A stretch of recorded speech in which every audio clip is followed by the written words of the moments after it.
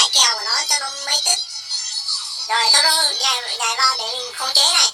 Thằng John mày thấy này, bây giờ mày sẽ chết. Ồ, mày chạy nhanh quá.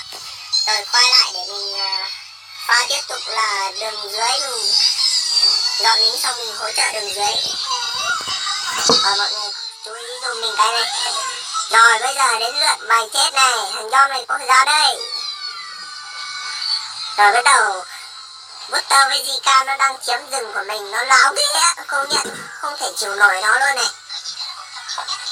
Quyết định bây giờ mình sẽ cho nó đánh mình chết 1-2 mạng gì đó, lúc đó mình sẽ chơi với nó. Rồi Á Thu đừng có chạy. Trời ơi mày chạy nhanh quá, đổ má làm tao mất hứng này, tao cũng không dám vào nữa. Rồi bây giờ con lính của mình lên, cái thằng người nhận của mình lên đây này. Rồi bây giờ đến lượt thằng John chết nhá. Bây giờ có hàng rồi, có hàng, hàng đến, được chưa, biết chưa? Rồi hàng đến rồi. Cuối cùng là mình không ăn được mạng rồi mọi người ơi. Mình quyết định ăn một mạng nhưng mà mình chưa thấy mừng cả. Mình chỉ muốn chết 6 mạng cho nó cơ mà, chứ mình chết sống quân nó bảo là mình ăn hiếp nó. Bây giờ mình quyết định phải chết cho nó 6 mạng. Rồi thôi bây giờ mình lui ra, đau quá, ôi đau. Rồi bây giờ mình lên được dây thuốc chạy rồi. Thằng nào nó đang nấp ở bụi dưới đây này. Rồi bây giờ là cái thằng John nó lại đến rồi mẹ. Tức thế không biết. Bây giờ mình cũng tính là khiến cho 6 mạng, nó còn chưa lấy mạng mình cơ mà. Mình cảm thấy không có thấy lo gì cả. Rồi con chim này bây giờ mình sẽ cấp con chim này để làm mồi dẫn của mình. Rồi cái thằng Á Thu mày qua rồi. Đấy con Roro mình ở đây không có sao cả. Chúng mày nhảy mình qua đây. Có ngon nhảy đừng có nhảy vào chủ. Tao sợ chủ mày lắm chứ. Rồi bây giờ mình quyết định xuống hỗ trợ đường dưới. Tại vì đường dưới thì bây giờ cũng rất là thằng nào thằng Visa giết mình rồi. Chết cứu.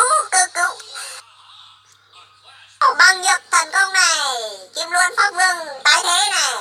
Bây giờ là mình ăn được con dây này, có lẽ là mình cũng có một chút sức lực. Có hàng rồi, ôi không đến lượt mình, do nó lại bị người ta giết rồi. Chết thôi, có kim qua cấp rừng nó không được, nhưng mà rừng nó lại mất rồi. Thằng Veda chết. Thôi mình cho nó trụ ăn một mạng này. Rồi thằng Zuka, mày đang ở đâu đó? Rồi thằng John, coi thằng John mày chơi triệu bân của tao thế nào. John này. Rồi chết. Không biết mình còn chết thêm mạng nào nữa không, nhưng mà mình cam đoan là mình sẽ chết 6 mạng. Nếu mà mình chết thêm mạng nào nữa thì chắc không biết là mình sẽ bị nó nói thế nào, với kem mình nó phản ứng thế nào mình cũng chưa biết. Thôi mình lên cái song long báo tháp mọi người ơi. Thôi mình xuống coi cái thằng nào nhỉ. Á Thu này, khi không biết mình lại chết thêm mạng nào nữa đây này. Chết một mạng nào không biết này. Ôi mình chết rồi. Thôi chịu luôn ạ.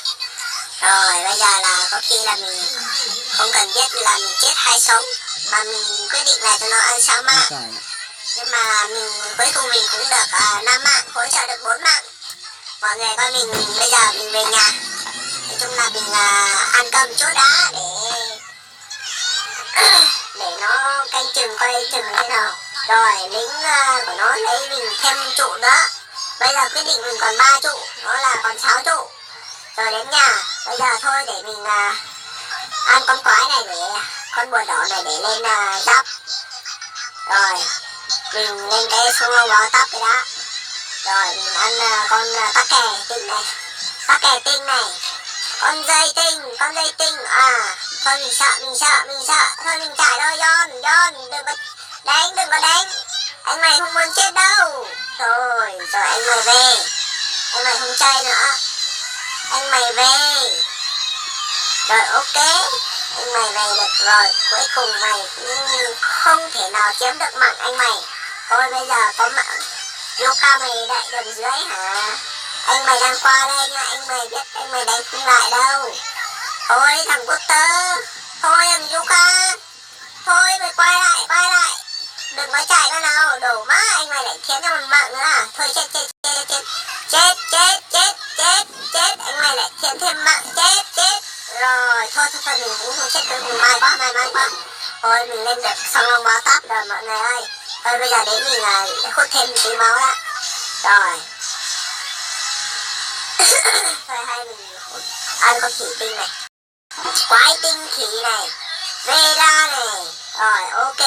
Thằng Veda con này đâu thôi mọi người hãy rút lại đi. Bây giờ là mình cho mọi người cùng nhau rút lại. Thôi hay là mình lên đẩy trụ đấy có được hay không ta? Rồi bây giờ chỉ có cái thằng Toro là nó nửa được một nửa mình máu, nó thấy sợ hay sao nó cứ quay lại. Thế hay mình ăn con bùa đỏ để mà lên cấp thiên thần đấy. Xong là mình bắt đầu đẩy được bên kia, đẩy lén cho nó mới thấy hay, thế mà nó mới tức. Để mình đẩy lén là nó thấy mình đẩy như vậy là cũng quá tức. Cái thằng của tớ em đẹp quá nha, chờ anh. Thằng A Thu này, A Thu anh đang tán tỉnh của tớ sao? Đúng tán tỉnh này, ai bảo không nghe lời cứ yêu vợ người ta bị người tham bắt được. Thôi bây giờ anh mày thấy cái đường này hay có có thằng Zuka ơi, bây giờ anh mày sẽ cho mày một trận nhá, có ngon solo với anh mày nha, anh mày còn tăng giỏi lắm đây nha. Bây giờ mình đang lên cái giáp hộ mệnh, bây giờ mình sẽ hỗ trợ và phá trụ để mà tốc thắng mọi người ơi. Bây giờ có lẽ game cũng kết thúc tại đây, tại vì chúc mọi người một tối vui vẻ và tràn đầy nhiều may mắn nhé. Bây giờ là sẽ kết thúc bài game tại đây. Bây giờ mình sẽ mong các bạn lần sau cũng nhớ đăng ký hộ mình để mình có một bài video khác để mà xài vị tướng khác nha mọi người. Chúc mọi người ngủ ngon nhé. Xin chào. Hello.